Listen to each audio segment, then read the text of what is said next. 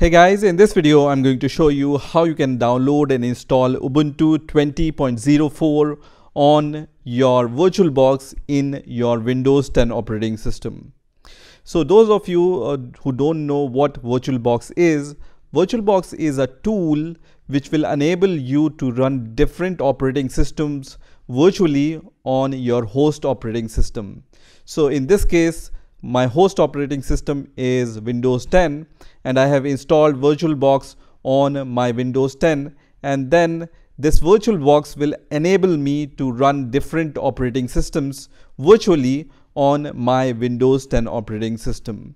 Now if you don't know how to install VirtualBox, you just need to search for VirtualBox on your favorite browser, and the first link which will appear here will be from virtualbox.org. So just click on this link, and once this link opens, you just need to click on the downloads link here, and you will be able to see this kind of interface.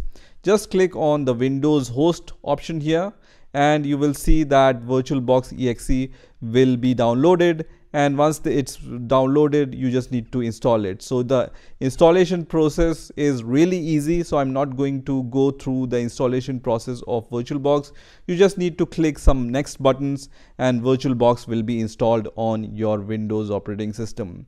So once you have installed VirtualBox on your Windows operating system, it's going to look like this, and whenever you open VirtualBox, it's going to open Oracle VM VirtualBox Manager.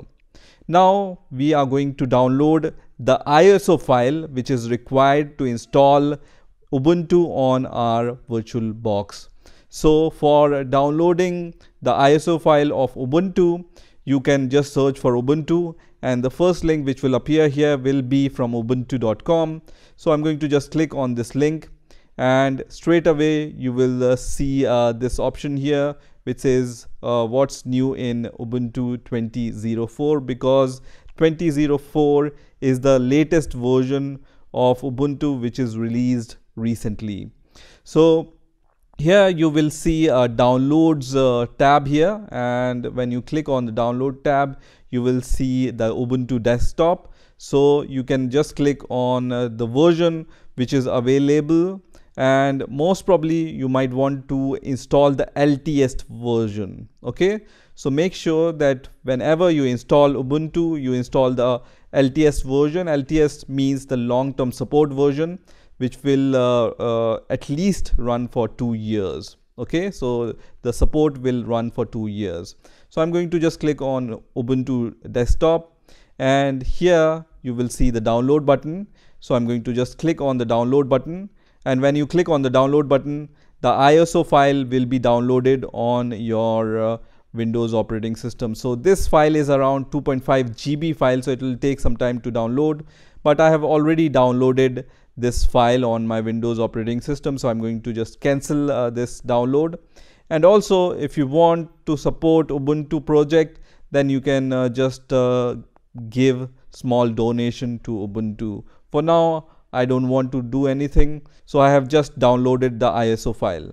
So once you have downloaded the ISO file, it's going to look like this in case you have downloaded the 20.04 version of Ubuntu. So the name is Ubuntu-2004-desktop-amd64.iso file. So once you have downloaded this ISO file, we are ready to install Ubuntu on our VirtualBox. So on your VirtualBox, you just need to click on the new button here, and once you click on the new button, here you can provide the name of your new machine. So my new machine name is Ubuntu, so I'm going to just write Ubuntu here, and let's say I will also give the version of Ubuntu, let's say 20.04 here.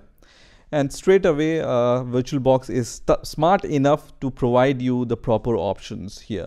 Okay, so here you will see the machine folder where all the VirtualBox related files will be downloaded and saved on your Windows operating system.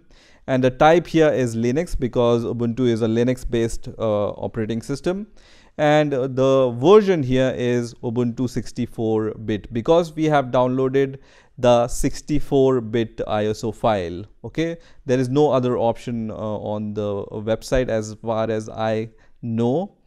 If you want to choose any other operating system, the procedure is same. You just need to select the operating system you want to install, and here you can see many choices are given here. Okay, so type is Linux and the version is Ubuntu 64-bit, and then click on next. And here in the memory size, I generally provide the memory up to the green mark, so up to here, whatever is allowed on my Windows operating system at this point, and then I click on next. Here just leave everything as default, so just leave it as default and then click on the create button. Now here hard disk file type, just leave it as VDI, which is VirtualBox disk image, and then click on next. And here also you just need to leave this as dynamically allocated. If you want to learn more about what is dynamically allocated and fixed size, you can read from here. Basically, dynamically allocated option will allow your Ubuntu operating system to expand the disk size if required, and fixed size is the fixed size. So we want to allocate the space and disk size dynamically. That's why we have chosen this option here, which is dynamically allocated. And now click on next. And on the next window, you can choose the file location. This will be the location where your Ubuntu operating system files will be downloaded and installed on your Windows operating system. So if you don't have the good reason to change it, just leave it as default. Also, you can choose the virtual hard disk size from here. By default, it's 10 GB selected here, but let's say I would just want to increase it to 100 GB. So I'm going to just move it around 100 GB, and then I'm going to just click on create. Okay. So once you create this machine, you will be able to see this new machine here, which is Ubuntu 20.04. So just select this machine. Don't press on the start button yet. You just need to select this Ubuntu machine which you have created, and then click on the settings option. So on the general settings, you will see some options which we have already chosen at the time of creating this machine, which is Linux, and the version is Ubuntu 64-bit. Now click on advanced settings, and then in the shared clipboard option, you just need to choose it bi-directional, and then drag and drop also bi-directional. That will allow you to share your files between your host machine, which is Windows in my case, and your virtual machine, which will be Ubuntu, bi-directionally. So you will be able to copy and paste into your Ubuntu from your Windows operating system and vice versa. Okay, so in the description you can give any description here, and in the disk encryption you just leave it as default. Now I'm going to just go to the system option here, and in the motherboard option you can leave everything as default. You just need to go to the processors here, and by default VirtualBox will allocate one CPU to your machine. So if you have the option, you can increase it to whatever CPU you want to use. So for the safer side, I always go up to this green mark here, okay, which is 4 in my case. You can increase the CPU size later also. Okay, in the display settings, just leave everything as default, and then move to the storage section here. Here you need to provide the location of your ISO file wherever you have downloaded your Ubuntu ISO file. So you just need to click on the empty option here. So just click on empty under the controller.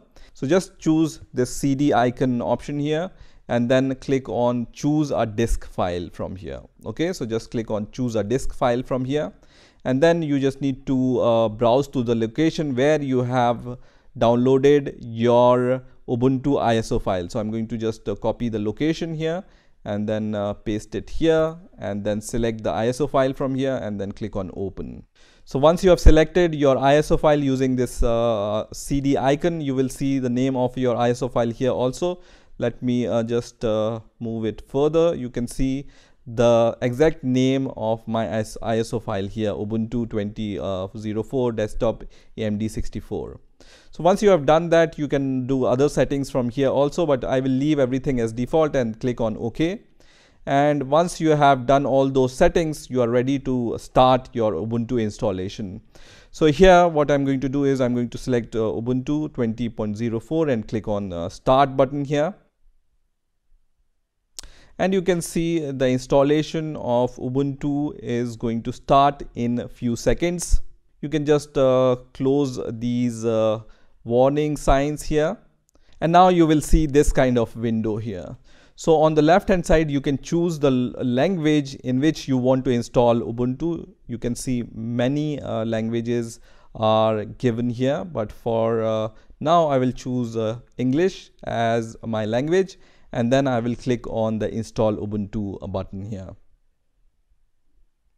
Now in the next window, you will see the keyboard layout. So from here, you can choose the keyboard layout, whatever keyboard layout you are using on your laptop or on your keyboard.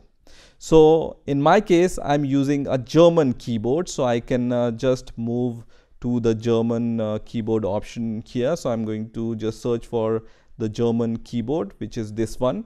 You can choose any other keyboard from here. Okay, so I'm going to choose the German keyboard, and then on the right hand side, I will just choose German as the language here. And then you can also test your keyboard by typing something in this box. So just choose your keyboard language here and then click on continue button. And here on this window, you will see update and other softwares. So I normally just leave it as normal installation option checked. And also I leave this option also checked, which is download updates while installing Ubuntu. Also, I'm going to just check this option also, which is install third-party software for graphics and Wi-Fi hardware and additional media formats. So just check all the options which I have checked and then click on continue.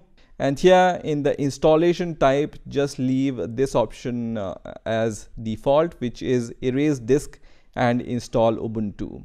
So this is not going to erase anything because you are installing Ubuntu on your VirtualBox. You are not installing Ubuntu on your hardware, right? So don't worry, it's not going to erase any disk or anything from your Windows operating system. Just leave it as erase disk and install Ubuntu, and then click on install now. Now here you will see this warning which says if you continue, the changes listed below will be written. I will just click on continue button here. Now in the next step, you can choose the location which is nearer to your physical location. So I have chosen this location which is nearer to my physical location, and then I'm going to click on the continue button. And here you can just give the name to your Ubuntu operating system. For example, I'm going to just write code bind here as the name, and as the computer name here, I can even remove the VirtualBox from the end because I just want to give the same name as the computer name also. And also as the username, I will just leave it as code bind.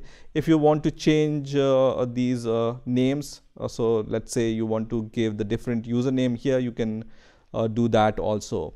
And then you can just provide the password. I'm going to just provide the password. For now, it's a weak password, but you might want to provide the stronger password than this. And then you just need to confirm this password. And once you are done with that, you just need to click on the continue button. And now the installation of Ubuntu will start on your VirtualBox. So now at this step, you don't need to do anything until Ubuntu is installed on your VirtualBox. So you just need to wait for some time until this installation is finished. So I will also wait for the installation to be finished.